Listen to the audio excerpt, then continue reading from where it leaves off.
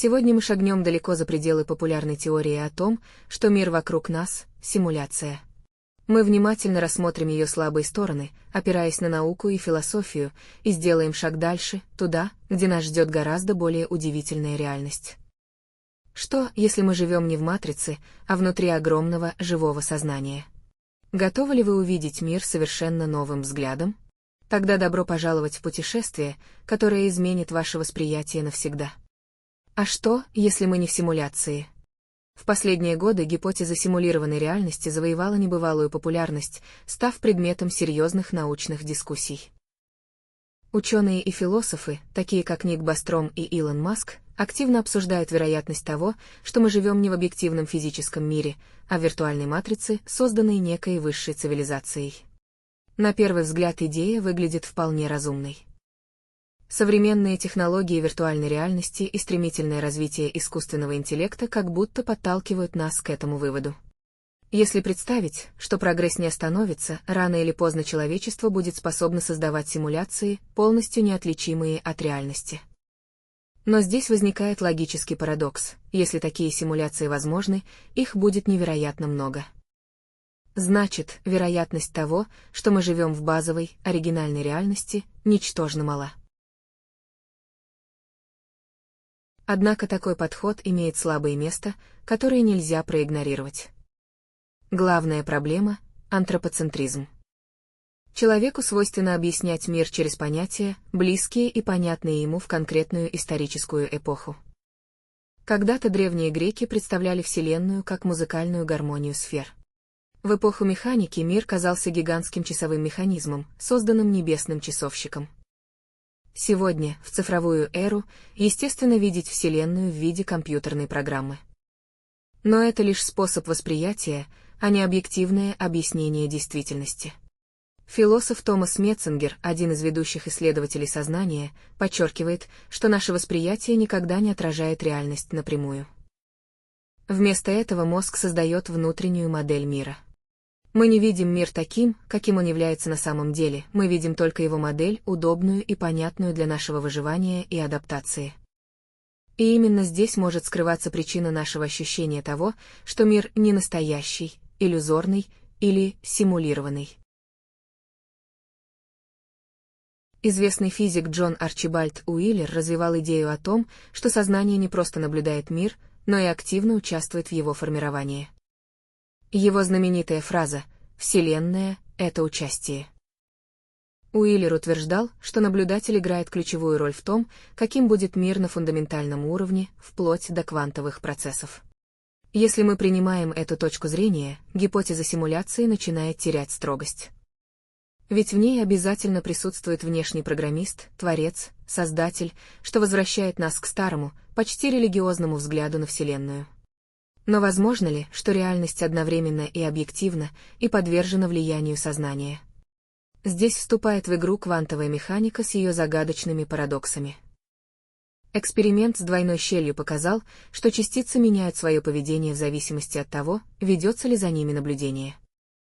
Чем не подтверждение того, что реальность обладает удивительной пластичностью, способностью менять собственные законы в зависимости от наблюдателя? Если бы мир был просто кодом, то он следовал бы четким, неизменным правилам. Однако наблюдаемые феномены скорее говорят о том, что мы взаимодействуем с чем-то гораздо более странным, чем строго прописанная программа. Известный нейробиолог Дональд Хоффман вообще предлагает радикальную мысль: мир, который мы видим, это лишь интерфейс, не имеющий ничего общего с подлинной реальностью. По его словам, сознание воспринимает мир не таким, какой он есть, а таким, какой ему удобно видеть. Эволюция не стремится показать нам правду, ей важна лишь полезность восприятия. Следовательно, все, что мы считаем объективной реальностью, всего лишь наше восприятие удобного интерфейса. Интересно, что схожую мысль высказывали мистики и философы далекого прошлого. Гностики, древние индийские мыслители, буддисты утверждали, что окружающий нас мир иллюзорен, а его истинная природа скрыта от сознания человека. Современная наука, словно по иронии судьбы, постепенно приходит к схожим выводам, используя совершенно иные методы. И все же, если не симуляция, то что? Возможно, мы столкнулись не с матрицей, а с чем-то гораздо более сложным и удивительным. Что, если мы находимся внутри огромного, бесконечно сложного сознания живой структуры, которую невозможно уложить в рамки компьютерного кода? Это сознание реагирует на нас, взаимодействует с нами, порождает события, случайности, сны и символы, словно пытаясь вступить в диалог. Мы все время ищем четкое, строгое объяснение миру. Но мир ускользает, сопротивляется, показывает нам лишь отблески своей истинной природы. Возможно, реальность никогда не была статичной структурой, а всегда была подобна живому организму, который меняется, адаптируется и развивается вместе с нами. Мы стоим на пороге удивительного открытия.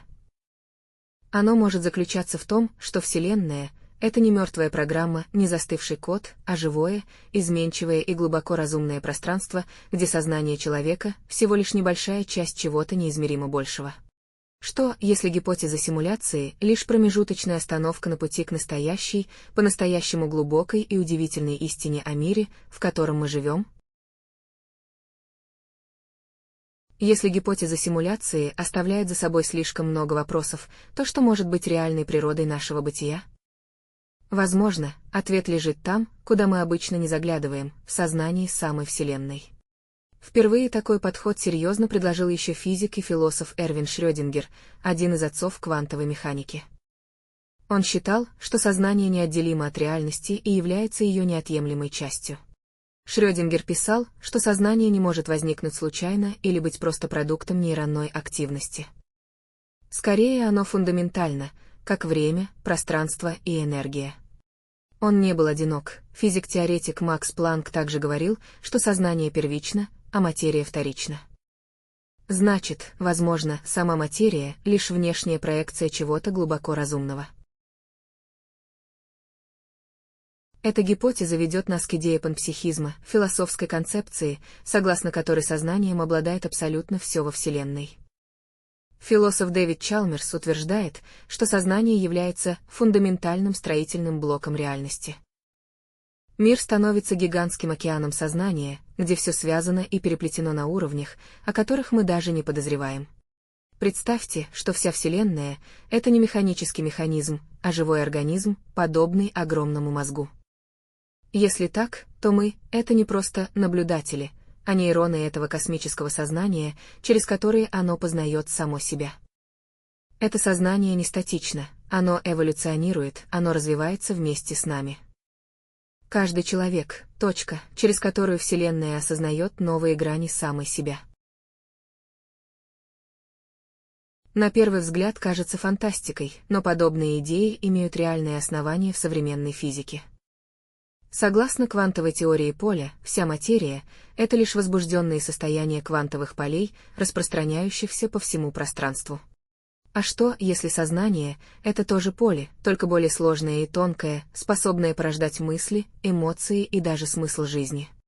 Подтверждением этой идеи становится феномен нелокальности в квантовой физике, открытый Эйнштейном и позднее подтвержденный опытами физика Алана Аспе. Частицы, удаленные друг от друга на огромные расстояния, мгновенно реагируют друг на друга, будто они связаны невидимыми нитями. В таком случае Вселенная — это не просто набор объектов, а бесконечная сеть взаимодействий, живая ткань, реагирующая на каждое действие. Древние философские учения, такие как индуизм, описывали нечто подобное. Они называли это сознание Брахман, фундаментальное поле, связывающее все сущее. Современные исследователи сознания, такие как Роберт Ланца, автор теории биоцентризма, приходят к схожим выводам. Реальность рождается не в материи, а в сознании, и наше присутствие — ключевой фактор существования Вселенной. Но что еще интереснее, так это способность сознания создавать смыслы, совпадения, синхроничности, описанные Карлом Юнгом. Юнг считал, что случайности вовсе не случайны. Они возникают, когда внутренний мир человека пересекается с внешним миром, словно две волны, которые порождают особый смысл именно в тот момент, когда это необходимо. Что это, если не признак того, что реальность обладает осмысленностью, намерением и разумом? Эту мысль поддерживал и физик Вольфганг Паули, один из ключевых создателей квантовой механики. Паули верил, что физика и психология неразделимы, и Вселенная глубоко осмысленна. Наш внутренний мир не изолирован, он — часть внешнего космоса, и сознание способно взаимодействовать с реальностью напрямую, порождая невероятные совпадения, открывающие новые смыслы бытия. Современные исследования человеческого мозга добавляют этому убедительные доказательства. Нейроученые, такие как Антонио Дамассия, выяснили, что сознание — это процесс взаимодействия, а не замкнутая система. Мозг постоянно получает сигналы из внешней среды, и эти сигналы влияют на нас гораздо глубже, чем мы думаем. Если реальность и сознание переплетены, то наше внутреннее состояние может напрямую влиять на мир вокруг. Получается, Вселенная — не мертвый механизм, не виртуальная симуляция, а бесконечно сложная, разумная и живая среда, которая постоянно взаимодействует с нами, формируя смыслы, опыт и события. Возможно, все события нашей жизни — не случайность, а глубокий диалог с сознанием Вселенной, в котором мы участвуем, даже не осознавая этого. Именно это, вероятно, и является ответом на главный вопрос о природе реальности. Она живая, она разумна, она осознает себя через нас. Мы — не пассивные зрители и не виртуальные сущности, мы — живые проводники сознания, через которых мир пытается познать себя.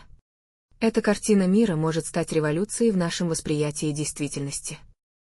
Вместо того, чтобы ощущать себя потерянными и одинокими в холодном космосе, мы обнаруживаем, что никогда не были одни. Все, что с нами происходит, не ошибка в матрице, а уникальное проявление сознания, осмысленно направленного на нас. Возможно, именно в этом заключается глубочайший смысл нашего существования. Что, если реальность всегда была гораздо более странной, глубокой и захватывающей, чем любая симуляция? Что, если мы находимся внутри сознания, которое всегда осознает и чувствует нас, как мы чувствуем его?